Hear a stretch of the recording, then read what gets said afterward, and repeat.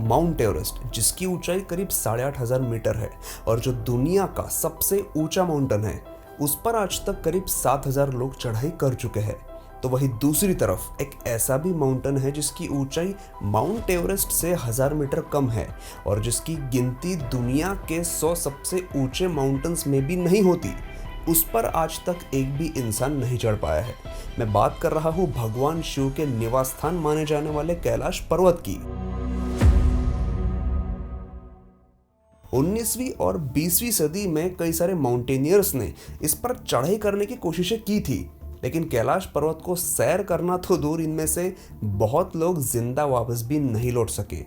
और जो लोग भी इस पर्वत पर चढ़ाई की नाकाम कोशिश करने के बाद वापस लौटे थे, उन्होंने अपने जो एक्सपीरियंसेस शेयर किए थे वो सुनकर शायद ही कोई कैलाश पर्वत पर चढ़ने की हिम्मत करने वाला था। उन्होंने बताया था कि जब वो इस पर्वत पर चढ़ाई कर रहे थे तो उनके साथ बहुत ही अजीब अजीब बातें हुई थी, जैसे कि उनके नाखून और बाल बहुत ही कम समय में काफ़ी तेज़ी से बढ़ने लगे थे और उस पर्वत पर टाइम भी वैसा नहीं कटता जैसा नॉर्मली कटता है। वो माउंटेनियर्स बस कुछ दिनों के लिए ही उस पर्वत पर थे, लेकिन वापस आने के बाद उन्हें ऐसा लग रहा था कि जैसे वो तो कई हफ्तों से उस पर्वत पर चढ़ाई कर रहे हो। रेनहोल्ड मेसनर, जिन्हें नेशनल जियोग्राफिक ने दुनिया का सबसे ग्रेटेस्ट माउंटेन क्लाइंबर बताया था, वो भी कैलाश पर्वत पर चढ़ाई करने की बहुत कोशिश कर चुके हैं, लेकिन वो कभी सफल नहीं हो पाए। अब वो कितने ग्रेट माउंटेन क्लाइंबर है, इस बात का अंदाज़ा आप इसी से लगा लीजिए कि ये बिना ऑक्सीजन सिलेंडर के माउंट एवरेस्ट पर चढ़ाई करने वाले पहले आदमी थे। इसके अलावा 8,000 मीटर से ऊंचे अलग अलग 14 पहाड़ियों पर भी इन्होंने बिना ऑक्सीजन सिलेंडर के चढ़ाई की थी। लेकिन जब बारी माउंट कैलाश की आई तो उन्हें भी इस पर्वत के सामने झुकना ही पड़ा। कुछ एक्सपर्ट्स तो ये मानने के लिए भी तैयार नहीं है कि ये कोई माउंटेन है, बल्कि किसी बहुत ही एडवांस्ड सिविलाइजेशन ने बनाया हुआ पिरामिड है। तो कुछ एक्सपर्ट्स इस नतीजे पर भी पहुंचे हैं कि इस पर्वत को एलियंस ने बनाया था। इसके बारे में मैं आगे बात करने ही वाला हूँ। बौद्ध धर्म के लोग इसे स्वस्तिक पर्वत कहते हैं, क्योंकि उनके मुताबिक इस पर्वत पर एक बड़ी सी स्वस्तिक की आकृति भी है। हिंदू धर्म ग्रंथों में माउंट कैलाश को मेरू पर्वत कहा गया है और बताया गया है कि ये देवताओं का घर है और पृथ्वी के बिल्कुल बीचों बीच मौजूद है। ऐसा कहते हैं कि कैलाश पर्वत पर आज तक कोई नहीं चढ़ पाया, लेकिन तिबेट के जो बौद्ध धर्मीय लोग हैं उनकी मान्यता थोड़ी अलग है। उनका कहना है कि मिलारेपा नाम के एक बौद्ध मुनि थे जो कैलाश पर्वत की चोटी पर चढ़ने में सफल हुए थे और उनका ये भी मानना है कि उनके अधिष्ठाता देव धर्मपाल जी यही निवास करते थे। हिंदू लोग मानते हैं कि कैलाश पर्वत शिव जी का निवास स्थान है और जैन लोग ये मानते हैं कि उनके प्रथम तीर्थंकर ऋषभ देव ने कैलाश पर्वत पर निर्वाण प्राप्त किया था। तो क्या ये सिर्फ कोई इत्तेफाक है कि इतनी सारी मिस्ट्रीज जिसके साथ जुड़ी है उस माउंटेन कैलाश का जिक्र हिंदू, बौद्ध, जैन और तिब्बत में मौजूद बौद्ध धर्म के सबसे प्राचीन किताबों में मिलता है? आज का साइंस कैलाश माउंटेन को लैटिन भाषा में एक्सिस मुंडी कहता है, मतलब 2 ध्रुवीय पोल के बीच की जगह। लेकिन साइंस के बताने से भी पहले हमारे एंशियंट टेक्स्ट में भी पूरे हिमालय को और खासकर कैलाश पर्वत को धरती का केंद्र बताया गया है। महाभारत में बताया गया है कि यही वो जगह है जहां पृथ्वी स्वर्ग से मिलती है। इस कैलाश पर्वत के चारों डायरेक्शन से 4 नदियां निकलती है। ब्रह्मपुत्र नदी पूरब की दिशा में निकलती है, सतलज नदी पश्चिम दिशा में, सिंधु नदी उत्तर में, तो कर्नाली नदी दक्षिण दिशा में निकलती है। चलो, अब किसी पर्वत से एग्जैक्टली 4 दिशाओं में 4 नदियों का निकलना कोई हैरानी वाली बात तो है नहीं, लेकिन क्या आप जानते हैं कि कैलाश पर्वत दुनिया का अकेला ऐसा पर्वत है जहां दुनिया के सबसे ऊंचाई पर मौजूद मीठे और खारे पानी के ऐसे 2 सरोवर मौजूद है, और वो भी एक दूसरे के बिल्कुल पास में। ये ऐसे 2 लेक है जहां पर साइंस के सभी नियम फेल हो जाते हैं। ये 2 लेक है मानसरोवर और राक्षसतल। हजारों साल पहले ये दोनों लेक एक ही थे, लेकिन फिर टेक्टोनिक प्लेट्स की मूवमेंट की वजह से ये दोनों सेपरेट हो गए और आज एक दूसरे से बिल्कुल अलग है। जैसा कि आपको नाम से भी समझ में आ रहा होगा, मानसरोवर लेक दुनिया का सबसे ऊंचाई पर मौजूद मीठे पानी का सरोवर है और इसके बावजूद इसका पानी कभी भी फ्रीज नहीं होता। इसका पानी काफ़ी शांत है और इसमें कई सारे एक्वेटिक एनिमल्स देखे जाते हैं। तो इसके बिल्कुल अपोजिट राक्षस तल में कोई भी जीव मौजूद नहीं है। इनफैक्ट ये पूरा सरोवर खारे पानी का है और इसका पानी कभी भी शांत नहीं होता। कैलाश पर्वत के पास एक और अजीब चीज देखने को मिलती है, strange magnetic field. Normally compass का पॉइंटर नॉर्थ और साउथ डायरेक्शन की ओर पॉइंट करता है, लेकिन कैलाश पर्वत पर कंपास का ये रूल काम नहीं करता। कई सारे हाइकर्स ने बताया है कि यहाँ पर कंपास बिल्कुल काम नहीं करता, जिसकी वजह से दिशा भ्रम होता है और हाइकर्स अपने रास्ते से भटक जाते हैं। हिमालय की पहाड़ियों से और माउंट कैलाश पर्वत के साथ एक और राज जुड़ा है, मेटोह कांगमी का। मेटोह कांगमी का तिब्बत की लोकल लैंग्वेज में मतलब होता है येती, स्नोमैन। 1921 में ब्रिटिश एक्सप्लोरर चार्ल्स हॉवर्ड बरी हिमालय के तिब्बत के इलाके में अपने एक मिशन पर थे। तब उन्होंने बर्फ पर बड़े से फुटप्रिंट्स देखे जो किसी जानवर के तो बिल्कुल नहीं थे, और उतना बड़ा फुटप्रिंट वो अपने लाइफ में पहली बार देख रहे थे। बाद में उन्होंने ऐसा तर्क लगाया कि ये निशान किसी छोटे जानवर के होंगे, और बार बार फिर एक ही जगह पर चलने की वजह से वो उतने बड़े बन गए होंगे।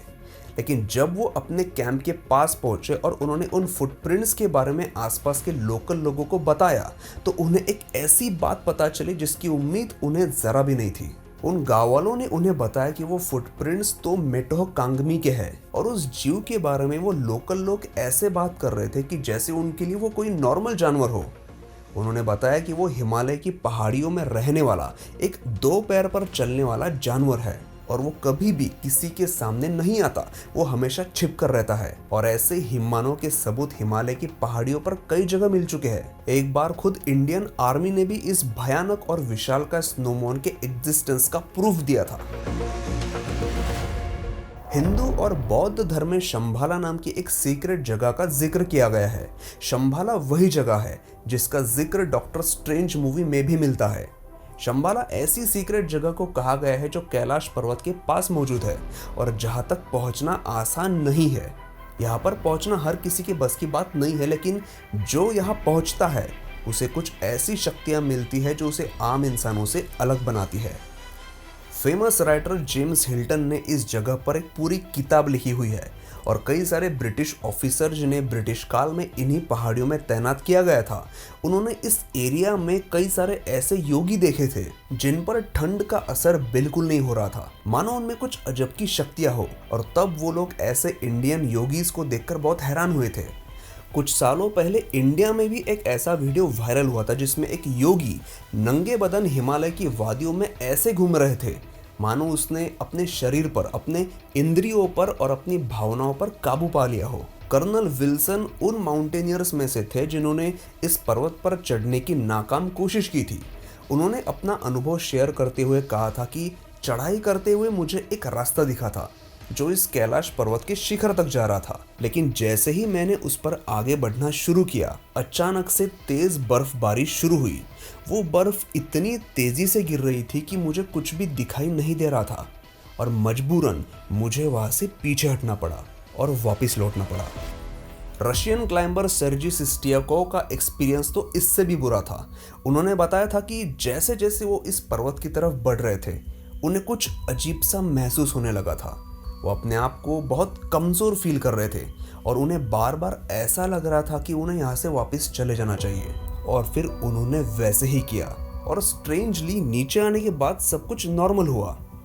डॉक्टर अर्नस्ट मुल्दाशेव 1999 में अपनी टीम के साथ, जिसमें कई सारे फिजिसिस्ट थे और हिस्टोरियन भी शामिल थे, कैलाश पर्वत के पास पहुंचे।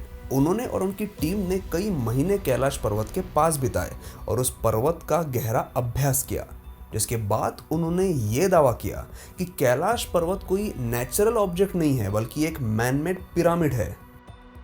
कैलाश पर्वत के इस फोटो को देखिए।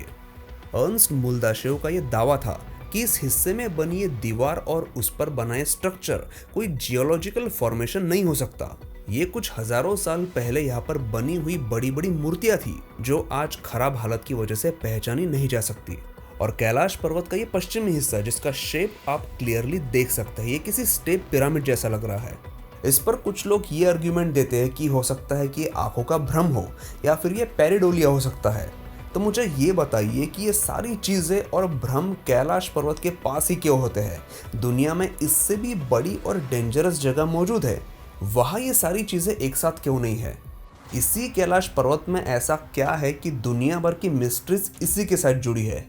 और अगर आपको ये लगता है कि इतने बड़े पहाड़ को काटकर कोई मूर्तियाँ कैसे बना सकता है, तो शायद आप कैलाश मंदिर के बारे में नहीं जानते। ये मंदिर पूरे पहाड़ को खोद कर बनाया गया था, नीचे से ऊपर नहीं बल्कि ऊपर से नीचे तक। लेकिन एक बड़े से पहाड़ को ऊपर से नीचे तक खोद कर इसके अंदर कई सारे मंदिर, कई सारी खूबसूरत मूर्तियाँ और यहाँ तक कि एक परफेक्टली बैलेंस स्टोन ब्रिज कैसे बनाया था, ये हमारे आजकल के मोस्ट एडवांस्ड इंजीनियरिंग की नॉलेज रखने वाले लोग भी पता नहीं कर पाए हैं। अगर आज के समय में एडवांस्ड मशीनरीज का यूज करके पहले एक 3D मॉडल बनाकर भी इतना परफेक्ट मंदिर बनाने के लिए कई सालों का समय लग जाएगा। और आप ही मुझे बताओ कि आज ये कैलाश मंदिर हमारे सामने अगर मौजूद नहीं होता और हमें बताया जाता कि ऐसा कोई मंदिर कभी एग्जिस्ट करता था, तो क्या हम कभी इस पर यकीन कर पाते? शायद नहीं, क्योंकि जो चीज़ हम नहीं कर सकते वो हमारे पूर्वज सैकड़ों साल पहले कैसे कर सकते हैं। उनके पास तो कोई टेक्नोलॉजी भी नहीं थी। ऐसा कहकर हम इस दावे को ठुकरा देते। लेकिन आज हमारे सामने ये मंदिर एक चैलेंज देते हुए खड़ा है और हमें मानो ये बता रहा है कि हम आज के इंसानों को खुद को सबसे एडवांस्ड सिविलाइजेशन मानने की गलती नहीं करनी चाहिए।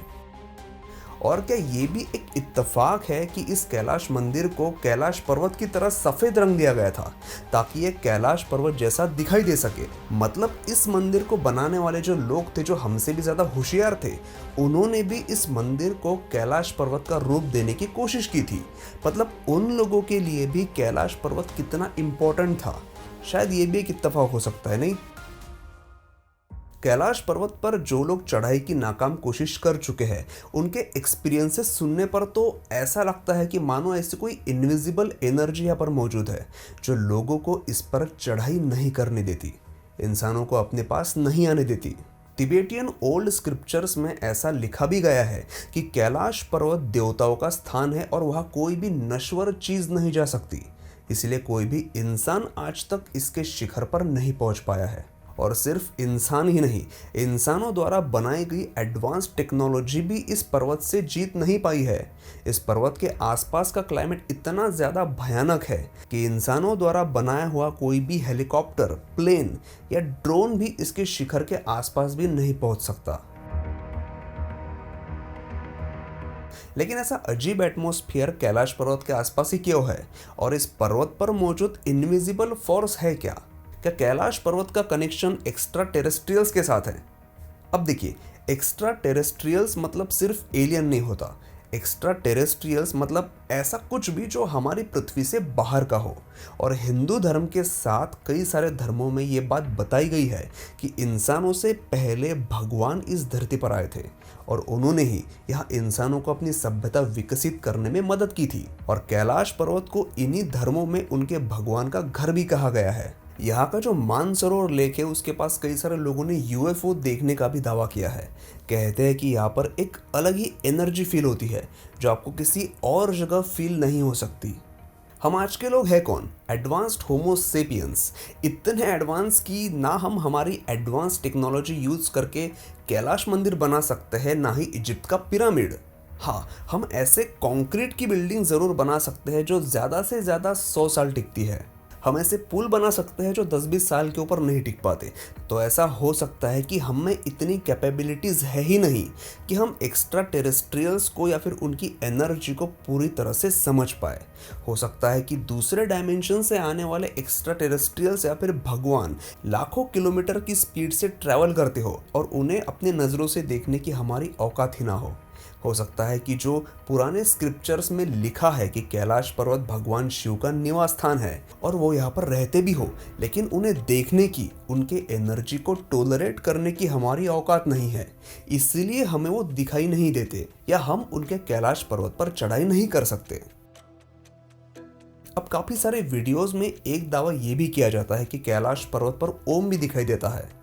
एक्चुअली जिस पर्वत पर ये ओम दिखाई देता है उस पर्वत का नाम ही ओम पर्वत है और ये माउंट कैलाश का हिस्सा नहीं है, बल्कि उससे 100 किलोमीटर दूर हिमालय की एक अलग पहाड़ी है। लेकिन फिर भी पूरे पर्वत पर स्पेसिफिक जगह पर बर्फ गिरने की वजह से ओम का ही चिन्ह कैसे दिखाई देता है? और कैलाश पर्वत का धरती के बिल्कुल बीचों बीच होना और दुनिया के 4 मेजर रिलीजियस किताबों में इसका जिक्र होना, इसी पर्वत के पास एक अलग ही डिवाइन एनर्जी को फील कर पाना, यहाँ के फिजिक्स के नियमों का फेल होना और इसी कैलाश पर्वत के पास एक खास पर्वत का होना जिस पर ओम का चिन्ह बना है, क्या ये सारे इत्तेफाक है?